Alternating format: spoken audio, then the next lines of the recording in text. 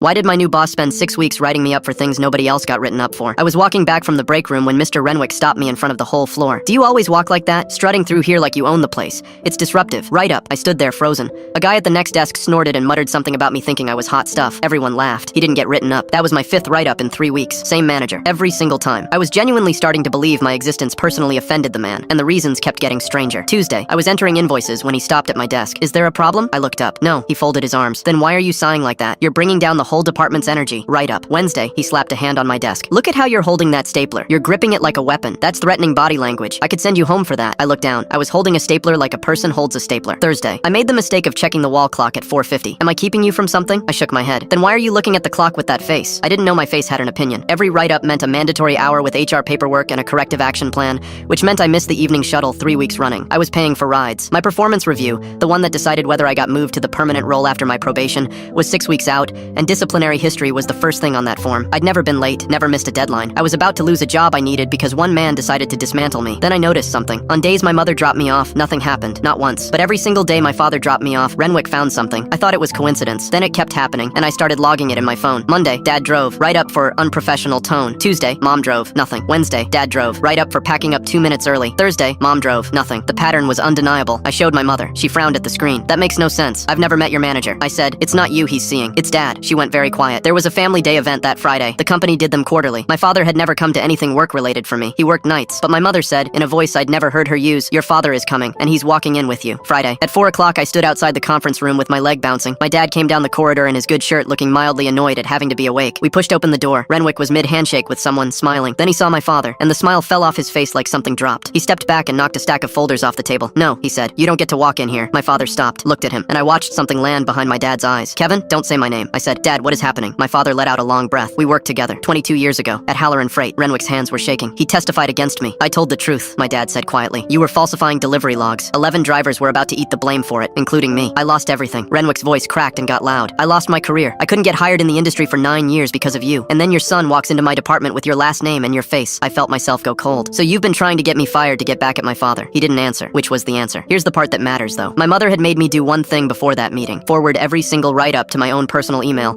with the dates and screenshot my phone log with the pattern. I walked to HR that afternoon with all of it. The investigation took 11 days. Turned out I wasn't the first. 2 other people in that department had documented similar things and been told they were sensitive.